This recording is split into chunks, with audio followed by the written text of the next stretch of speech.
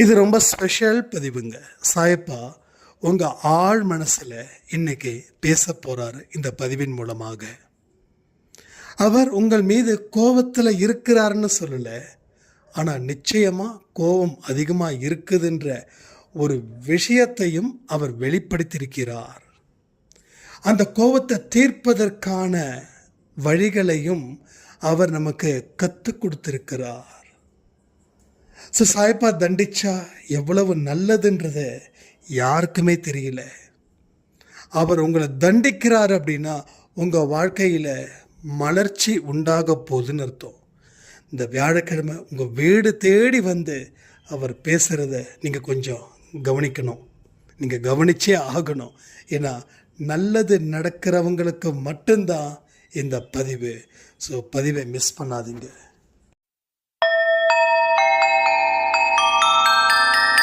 ஓம் சாயிரா சாயிரா, ஓம் சாயிரா சாயிரா, ஓம் சாயிரா சாயிரா, அன்பே சாயிரா, பேரன்பே சாயிரா, அகிலம் தளிக்க ஆத்மா விழிக்க அனுதினம் சாயிரா, எங்கள் அன்பே சாயிரா.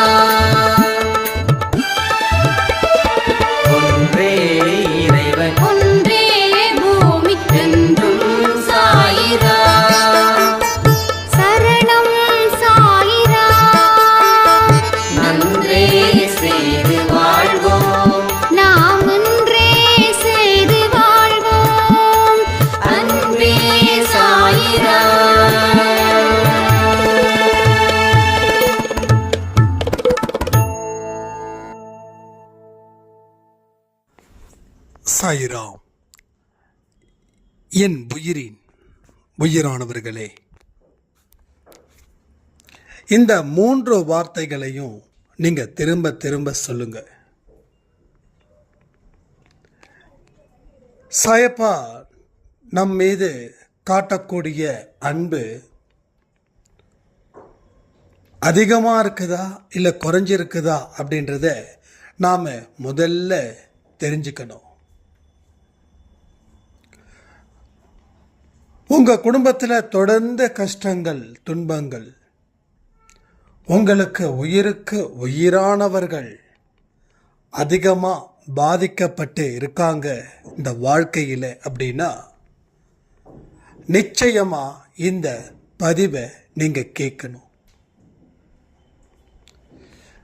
எந்த ஒரு விஷயத்தையும் சாயப்பா கிட்ட வெளிப்படையா நாம பேசும்போது தான் நம்மளுடைய ஒட்டுமொத்த பிரச்சனைகளுக்கும் தீர்வுகளை நம்ம சாயப்பா நமக்கு கொடுப்பார். எங்க அளவு கடந்த அன்பு இருக்குதோ அங்க அளவு கடந்த கோபமும் இருக்கும். இது மனுஷனுக்கு மட்டும் இல்லை, தெய்வத்துக்கும் இது பொருந்தும். நான் இன்னமும் சொல்றேன், சாயப்பா தெய்வமே இல்லை. சாயப்பா தெய்வம்னு நினைச்சு நீங்க வணங்க வேண்டாம் அப்படின்னு நான் கேட்டுக்கிறேன். அவர் பலம் வாய்ந்த ஒரு மனிதர். நமக்கு ஒரு பிரச்சனை அப்படின்னா அவர் தனது பலத்தை கொண்டு நமது பலகீனத்தை அழிக்கிறவராக இருக்கிறார். இப்போ நம்ம நாட்டோட சிஎம் எடுத்துக்கோங்களேன், அவர் தெய்வமா? நம்ம நாட்டோட பிரைம் மினிஸ்டர் அவர் தெய்வமா? இவர்கள் இருவருமே மனிதர்கள் தான். ஆனால் இவங்களுக்கு ஒரு பலம் இருக்குது, ஒரு பவர் இருக்குது. நமக்கு என்ன தேவைகளோ அது அவங்க கிட்ட கேட்டால் அவங்க நிச்சயமாக செய்து கொடுக்கணுன்ற ஒரு மனசு இருந்துச்சுன்னா நம்மளுடைய ஒட்டுமொத்த பிரச்சனைகளும் தீரும். அதுபோல சாயப்பாவும் பலம் வாய்ந்தவர்.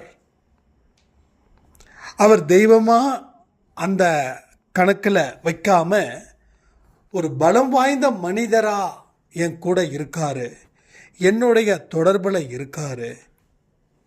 எனக்கு எல்லா இடத்திலும் அவர் தான் உதவிகளையும் செய்கிறாரு. நான் எப்பெல்லாம் சோர்ந்திருக்கனோ அப்போ அவர்தான் என்னை தேற்றுகிறார், என்னை காப்பாற்றுகிறார்.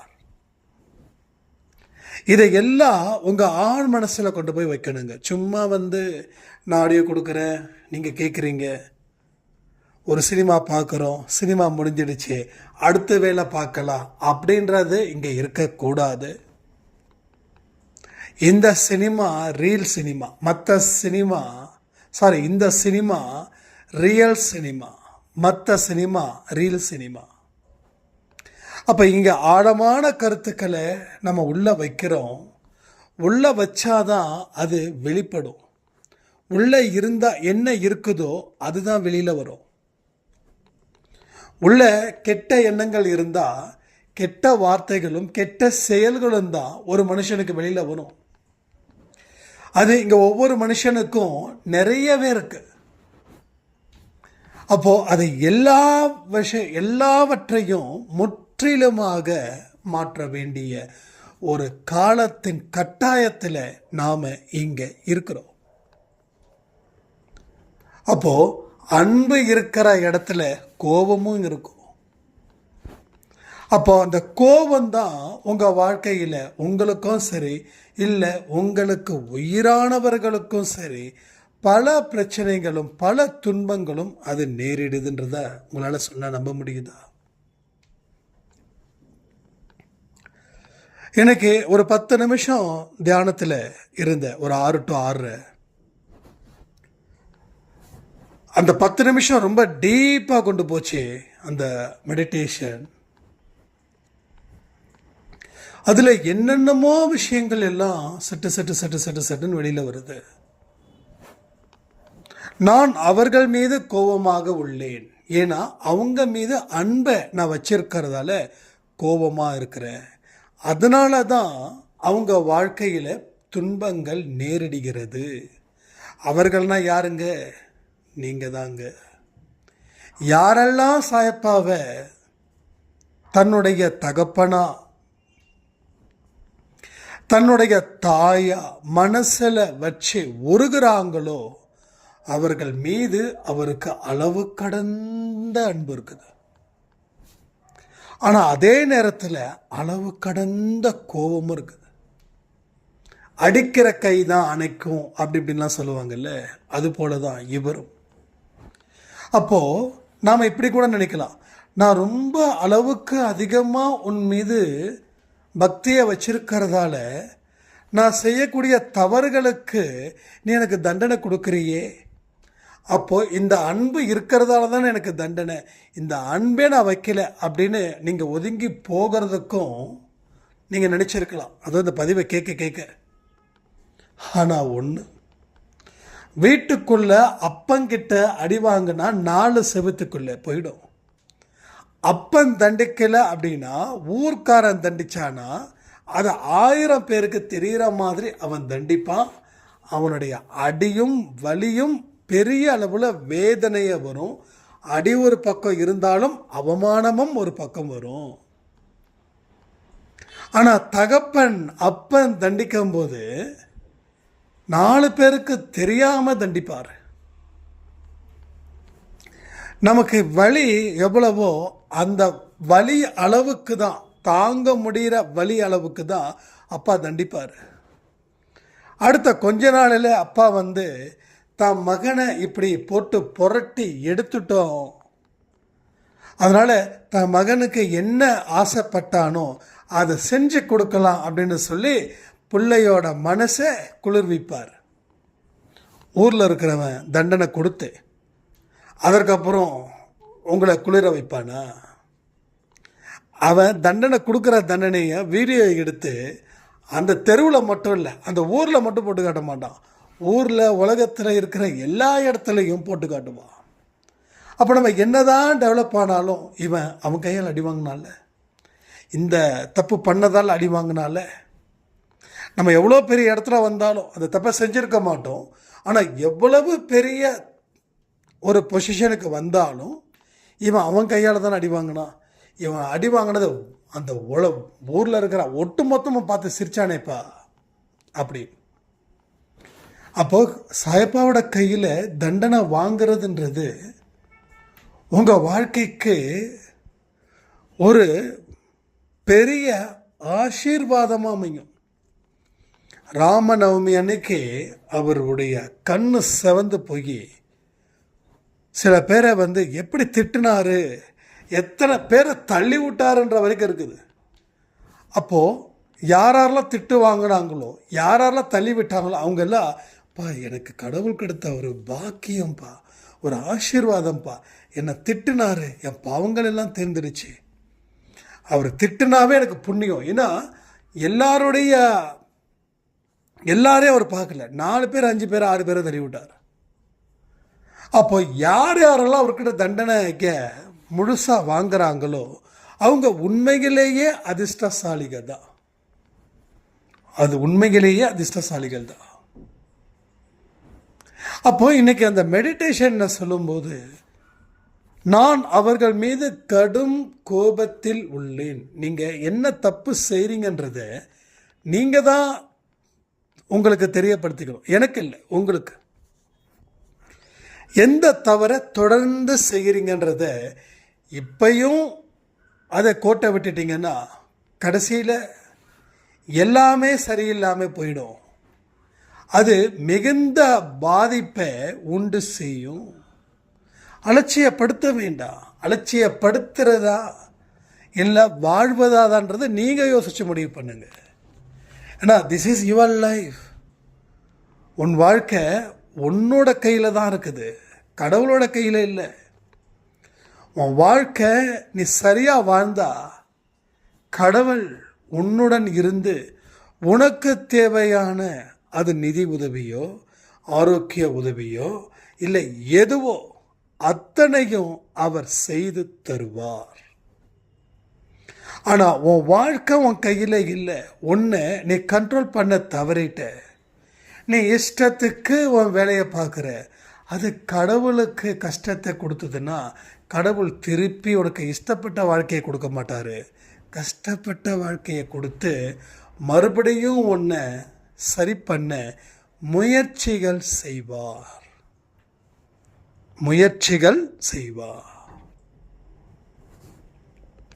ஸோ பல திருப்பங்கள் உங்கள் வாழ்க்கையில் தொடர்ந்து நடக்கும். ஒவ்வொரு திருப்பமும் ஒரு கஷ்டம் அப்படின்னா நீங்கள் இப்போ வெடித்து கொள்ள வேண்டிய தருணம் அப்படின்னு நினச்சிக்கோங்க. அப்போது உன் மீது கோபமாக இருக்கிறார்ன்ற ஒரு வார்த்தைக்கு எனக்கு சட்டுன்னு ஒரு பதில் கொடுத்தது என்ன தெரியுமா? என் மீதும் என் குடும்பத்தின் மீதும் கோபம் கொள்ளாதீர்கள். என் மீதும் என் குடும்பத்தின் மீதும் கோபம் கொள்ளாதீர்கள். என் மீதும் என் குடும்பத்தின் மீதும் கோபம் கொள்ளாதீர்கள். இந்த பதிவு முடிஞ்சதுக்கப்புறம் ஒரு 5 நிமிஷம் கண்களை மூடி சாயப்பாவோட கரங்களை தொட்டு என் மீதும் என் குடும்பத்தின் மீதும் கோபம் கொள்ளாதீர்கள் அப்படின்ற ஒரு வார்த்தையை 3 தடவைகள் உங்களால் உச்சரிக்க முடியுமா? இதை உச்சரிங்க, கண்டிப்பாக இன்னைக்கு செய்யுங்க. ஏன்னா நம்ம வாழ்க்கையில் எவ்வளவோ போராடினாலும் அந்த போராட்டங்களும் ஒரு வெற்றியை தரல. அடுத்தது நாம் எதிர்பார்க்காத கஷ்டங்களும் துன்பங்களும் நம்மளை தாக்குது. ஸோ இதுக்கு தான் நாம் இன்னைக்கு, அது வியாழக்கிழமை அன்று நம்ம முடிவு பண்ணுறோம். அப்போது என்ன தப்பு செய்கிறீங்கன்றதையும் ஒரு டைரி வச்சுக்கோங்களேன். ஒரு சீக்ரெட் டைரி நீங்கள் மெயின்டைன் பண்ண முடிஞ்சால் உங்களுக்கு ஒரு மிகப்பெரிய ஒரு வாழ்க்கையை கடவுள் நீங்கள் எழுதக்கூடிய வார்த்தைகளின் மூலமாகவே அவர் உங்களுக்கு பதில் தருவார். உங்கள் டைரியில் அன்னைக்கு நடந்த அத்தனை விஷயமும் எழுதுங்க. அந்தந்த அன்னைக்கு நடந்த அத்தனை விஷயமும் எழுதுங்க. எதெல்லாம் கோபமாக இருக்கீங்களோ அத்தனையும் எழுதுங்க. எதெல்லாம் உங்களுக்கு ஆசைகள் இருக்கோ அதையும் எழுதுங்க. யார் யாருக்கெல்லாம் நன்றிகள் சொல்லணுமோ அதையும் எழுதுங்க. ஒரு நாளும் எழுதணும். ஒரு 10 நிமிஷம் ஒதுக்கி அந்த டைரியில் முழுவதுமாக எழுதணும். பட் ரொம்ப சீக்ரெட் சில விஷயங்கள் குடும்பத்துக்கு தெரிஞ்சால் பிரச்சனை ஆகும் அப்படின்னு நினச்சிங்கன்னா அதுக்கு தகுந்தது போல நீங்கள் எழுதுங்க. புரியுதா? அதுக்கு தகுந்தது போல நம்ம எழுதணும். ஏன்னா நம்ம என்ன செய்கிறோம் அப்படின்றதே நமக்கு தெரியல. நம்ம பாவம் தான் செய்கிறோமா இல்லை புண்ணியம் தான் செய்கிறோமா? நல்ல வாழ்க்கையை தான் வாழ்கிறோமா இல்லை மோசமான வாழ்க்கையை தான் வாழ்கிறோமா என்னன்னு புரியாத மாதிரியே நாம் இப்போ வரைக்கும் இருக்கிறோம், வாழ்ந்துக்கிட்டு இருக்கோம். அப்போ நம்மளை எப்படி தெரிஞ்சுக்க முடியும்? ஃபோன் மூலமாக நோட்ஸில் எழுத முடியுமா? அப்படி இல்லை. ஸோ எழுதுங்க. எழுதுறது ரொம்ப ரொம்ப ரொம்ப ரொம்ப நல்லது. நான் இன்றைக்கி அன்பே சாய் ஆடியோவை இவ்வளோ தூரம் கொடுக்குறேன்னா அதுக்கு ஒரே காரணம் என்ன தெரியுமா? சாயப்பாவுடைய ஆசீர்வாதம், பலம், அது 100% உண்மை. அதில் எந்த இதுவுமே இல்லை. அதை தாண்டி நான் காலேஜ் படிக்கும்போது தினமும் அந்த டேக்கு உண்டான ஒரு எக்ஸ்பீரியன்ஸை நான் 2 லைனோ 3 லைனோ எழுதுவேன். அது ஒவ்வொரு நாளும் எனக்கு ரொம்ப இன்ட்ரெஸ்டாக போச்சு. இன்றைக்கி யாரை பற்றி எழுதலாம், யாரை பற்றினா என் லைஃப்பில் நான் யாரை மீட் பண்ணேன், அவங்கக்கிட்ட நான் என்ன தெரிஞ்சுக்கிட்டேன், நான் என்ன தப்பு பண்ணேன், நான் யாருக்கு நன்றி செலுத்த போகிறேன். இந்த மாதிரியான வார்த்தைகள் எழுத எழுத எழுத எழுத ஒரு உற்சாகம் நமக்குள்ளே பிறக்கும். ஸோ நீங்கள் அந்த நாளை எப்படி எடுத்தீங்கன்றதையும் ஈஸியாக அதில் கவனிக்கலாம். அப்போ எழுதும்போது தான் உங்களுடைய ஒட்டுமொத்த மூளையும் வேலை செய்யுது. நல்லா பாருங்களேன், எழுதுங்கன்னு சொல்லுவாங்க ஸ்கூல் டீச்சர்ஸுங்கெல்லாம், எழுதி பழகுங்கன்னு சொல்லுவாங்க, நோட்ஸ் எழுதுங்கன்னுவாங்க. ஏன் அசைன்மெண்ட் கொடுக்குறாங்க ஸ்கூலில், காலேஜில்? எழுதும்போது தான் இன்னும் தீவிரமாக அந்த மூளையில் போய் பதியுது. மூளையில் 2 விதங்கள் இருக்குது. ஒன்று உருவங்கள் மூலமாக, இன்னொன்று சில வார்த்தைகள் மூலமாக. இது அங்கே போய் சேவ் ஆகுது. அப்போ உங்களுடைய உணர்வும் உங்களுடைய ப்ராக்டிக்கல் லைஃப்பில் இருக்கக்கூடிய சம்பவங்களும் ஒன்றா இணையுது. இப்போ என்ன ஆகுது? தனித்தனியாக போகுது. நீங்கள் ப்ராக்டிக்கல் லைஃப்குள்ளேயே வரமாட்டேன்றீங்க. உங்களுடைய ஃபீலிங்ஸ் அவுட் ஆஃப் லைஃபாக போயிடுது. அப்போது உங்களுடைய ஃபீலிங்ஸும் உங்களுடைய இன்னொரு ப்ராக்டிக்கல் லைஃப்பில் இருக்கக்கூடிய வழிகளும் ஒன்றிணைக்குதான்றதை பார்க்கணும்.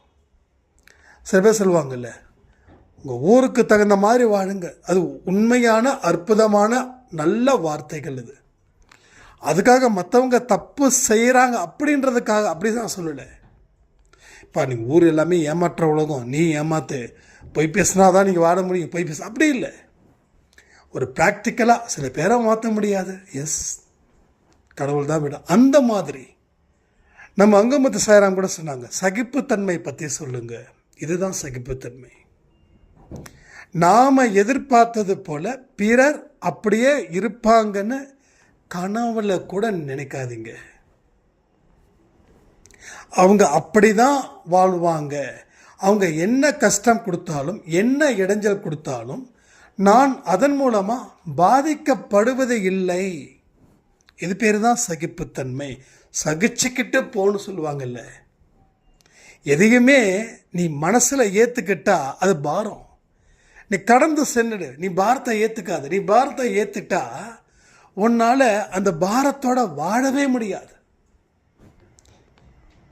எத்தனையோ பேர் பாரத்தோட வாழ்கிறீங்க. நீங்கள் சகிப்புத்தன்மைனா என்னன்னு தெரியாமலோ இல்லை அவங்க அப்படி தான் இருக்கிறாங்க அப்படின்னு கங்கணம் கட்டிட்டு இருந்தீங்களோ, ஸோ இன்னைக்கு வரைக்கும் அந்த பாரத்தை நீங்கள் சுமந்துக்கிட்டு தான் இருப்பீங்க. அன்பே சாயில எத்தனையோ விஷயங்கள் எல்லாம் நடக்கும், எத்தனையோ விஷயங்கள். அப்போ என்ன ஆகுது? சரி, அவங்களுக்கு தெரிஞ்சதை அவங்க பேசுகிறாங்க, என்ன இப்போ என்ன ஆகிட போகுது? அப்போ நம்ம பெருசாக எடுத்துக்க முயற்சி பண்ணல. அளவு கடந்த ஒரு அன்பால் நாம் ஒரு சந்தோஷமான வாழ்க்கையை வாழப்போறன்ற நம்பிக்கையோட நீங்கள் இருங்க. சாயப்பா அவ்வளவு இரக்கமானவர் தெரியுமா உங்களுக்கு? அவருக்கு ஒரே ஒரு அக்கறை என்னன்னா, என்னுடைய பிள்ளைகள், என்னுடைய குழந்தைகள், என் உயிரின் உயிரானவர்கள், அவர்களை நான் என்னைக்கும் எப்பையும் நான் விடவே கூடாது. என் குழந்தைங்களுடைய வாழ்வு எனக்கு முக்கியம். 60 வயசானாலும் என் குழந்தைங்க தான், 6 வயசானாலும் என் குழந்தைங்க தான், 60 வயசு 70 வயசு ஆனாலும் 2 வயசு குழந்தைங்க மாதிரி தான் அவங்க என் கண்ணுக்கு. இங்கே பாருங்கள், இது எல்லாமே கடவுள் சத்தியமாக நான் சொல்கிறேன், 100க்கு 100 உண்மை. தயவு செய்து இதை சந்தேகப்படாதீங்க. சந்தேகப்பட வேண்டியதை சந்தேகப்படாமல் இருக்கீங்க. சந்தேகப்படக்கூடாத விஷயத்தை சந்தேகப்பட்டுக்கிட்டே இருக்கீங்க. வாழ்க்கையில் ஏன் இவ்வளவு துன்பங்கள்னா இதுதான் காரணம். இந்த வழியில் போ அப்படின்னு சொன்னால், இந்த வழியில் போனால் எப்போ நான் போய் சேருதுன்னு கேட்குறீங்க. சரி, வேறு எந்த வழியில் போனால், இதோ அந்த வழி இருக்குது பாருங்கள், அதில் போனால் சீக்கிரம் சேர்ந்துடலாம். எஸ், கண்டிப்பாக சீக்கிரமாக சேர்ந்துடலாம், அதெல்லாம் டவுட்டே வேண்டாம், சீக்கிரமாக சேர்ந்துடலாம். பட் எந்த வழியில் போனாலும் அந்த வழி உங்களுக்கு சலிப்பை ஏற்படுத்தினாலும் நம்பிக்கையோட அந்த பாதையில் பயணம் செய்யணும். அப்போ கடவுளோ பெரியவங்களோ இந்த வழியில் போனால் அந்த வழியில் கண்ணை மூடிக்கிட்டு போய் பாருங்க, கண்ணை மூடிக்கிட்டு நம்பிக்கையோடு போங்க. அங்கங்கே கொஞ்சம் கல் குத்தும், அப்படி தான் இருக்கும். கோயிலுக்கு போனோம் அப்படின்னா நாம் கொஞ்சம் கஷ்டப்பட தான் செய்யணும். அவருடைய அன்புக்கு எல்லையே இல்லை. அப்போது அவர் அந்த பாதையில் போமா அப்படின்னு சொன்னால் அவருக்கு தெரியாதா, இந்த பாதையில் போனால் என் குழந்தைங்களுடைய பாதம் என்ன ஆகும், எவ்வளவு சேதம் வரும், என் குழந்தைங்களுக்கு வலி எப்படி இருக்கும் அப்படின்னு ஒரு அப்பாவாக நினச்சி அவர் ஃபீல் பண்ண மாட்டார்? ஏன்னா இப்போது நம்ம தவற விட்ட பாதையில் இந்த பாதையும் ஒன்று. அப்போ இந்த பாதையில் போனால் தான் உன்னுடைய இலக்கை அடைய முடியும். ஒன்றும் இல்லைங்க, விடிய காலையில் 3 மணிக்கு அலாரம் வச்சு படிக்கிற பையன் வாழ்க்கை கெட்டு போயிடுமான்னு? ஏன் அந்த பையனோட அப்பாவுக்கும் அம்மாவுக்கும் தெரியாதா, நம்மளாம் 3 மணிக்கு தூங்குகிறோம், நம்ம குழந்தை எழுந்திருச்சு படிக்கிறான், சரியாக சாப்பிட மாட்டேன்றான், சரியாக தூங்க மாட்டேன்றான், ஏதாவது ஒரு ஃபங்க்ஷனுக்கு வாடானா இல்லைம்மா படிக்கணும்னு சொல்கிறான் அப்படின்னு அந்த பெற்றவங்க மனசு கஷ்டப்படாதா? ஆனால் பெற்றவங்க என்ன நினைக்கிறாங்க, இதெல்லாம் செஞ்சால் தானே என் பிள்ளை நாளைக்கு ஊரே பாராட்டும், உலகமே பாராட்டும், எப்பேற்பட்ட குழந்தைய நம்ம பெற்றெடுத்துருக்குறோம், கஷ்டப்படட்டும், கஷ்டப்படுறது அவனுக்கு நல்லது தானே அப்படின்னு நினச்ச பெற்றோர்கள் கண்ணீர் விடுறாங்களா இல்லையா? அப்போது 1 வருஷம் அந்த பையன் கஷ்டப்படுறான், ஃபார் +2க்குன்னே வச்சுக்கோங்களேன், ஒரு கிட்டத்தட்ட ஒரு 20 வருஷம் அந்த பையன் கஷ்டப்பட்டு படிக்கிறாங்க, மொத்தமாக 20 வருஷம். மீதி இருக்கக்கூடிய 80 வருஷமும் தன்னுடைய குழந்தைய நினச்சி நினச்சி நினச்சி பெற்றவங்க மனசு குளிராத என்ன? நல்லா படிக்காதவங்க, புத்தி இருக்கிறவங்க பொழைச்சிக்கிறாங்கன்னு வச்சுக்கோங்க. எத்தனையோ பேர், எத்தனையோ மனுஷங்க. ஒரு லோக்கல் கொரியரில் வந்து போர்ட்டர் புக் பண்ணோம். ஒரு 62 வயசானவர் நம்ம ஆஃபீஸ்க்கு வராரு. சார் லேப்டாப் எடுத்துகிட்டு போகலாமான்னு கேட்குறாரு. லேப்டாப் வந்து ஒரு இடத்துலேருந்து இன்னொரு இடத்துக்கு கொடுக்கணும், லோக்கல் கொரியருங்க. சார் எடுத்துக்கோங்க சார் அப்படின்னு. உடம்பெல்லாம் வேர்த்து இருக்குது. உடனே சார் உள்ளே வாங்க உட்காருங்க. தம்பி இல்லைங்க தம்பி, பரவாயில்லைங்க தம்பி. அட வாங்க சார் உட்காருங்க சார்ன்னு சொல்லி தண்ணி கொடுக்குறோம். சார் ரொம்ப தேங்க்ஸ் சார், காலையில் இருந்து எடுத்துகிட்டு வந்த தண்ணி பாட்டில் தண்ணியும் தீர்ந்துருச்சு சார், நான் தண்ணி குடிக்க கூட நேரம் இல்லை சார் அப்படின்னு சொல்லி ஒரு 10 நிமிஷம் உட்காந்து அதுக்கப்புறம் போகிறார். 62 வயசானவர். அப்போ வாழ்க்கையில் அவர் எங்கே தொலைச்சாரு? அந்த 30 இருந்து 40 வயசு இருக்குங்க பாருங்க, ஒரு மிராக்கல் ஏஜ். அந்த இடத்துல வாழ்க்கையை கண்டிப்பாக தொலைச்சிருப்பார்.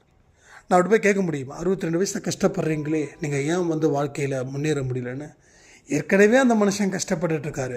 அவர்கிட்ட போய் நம்ம சொல்லணும்னா, நம்மளை விட ஒரு மடையன் உலகத்தில் இருக்க மாட்டான்ல.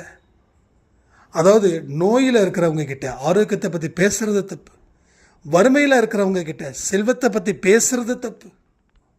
இதெல்லாம் தான் நம்ம மனுஷங்க பண்ணிக்கிட்டே இருக்காங்க. திடீர்னு ஒருத்த பணக்காரன் ஆகிட்டானா அவன் நேராக நம்மளை தேடி தான் வருவான். இப்போ தான் கார் வாங்கினேன், இப்போ தான் பங்களா வாங்கினேன், 1 லட்ச ரூபா சம்பாதிக்கிறேன், 10 மாட்டேங்குது அப்படின்வான். நமக்கு 10,000 கூட வெடி இல்லாமல் இருக்கும். இதெல்லாம் பாவ செயல்கள். இதெல்லாம் புண்ணிய செயல் இல்லை, பாவ செயல்கள். பாவத்தின் அடிப்படையில் வெளிவந்த சொற்கள். நான் சொன்னேனே, உள்ளே என்ன இருக்குதோ அதுதான் வெளியில் வருதுன்னு, அது போல தான் இது. ஸோ நல்ல தீர்மானமாக முடிவு பண்ணுங்க. வாழ்க்கையில் வெல்வதற்கு எத்தனையோ வழிகளை சாயப்பா கொடுத்துருக்கிறாருன்றது எப்போ தெரியும்? அவருடைய பாதையில் நீங்கள் பயணம் செய்யும்போது தான் அது தெரியும், புரியும்னு சொல்லி இந்த பதிவை நான் முடிக்கிறேன். ஜெய் சாய்ராம்.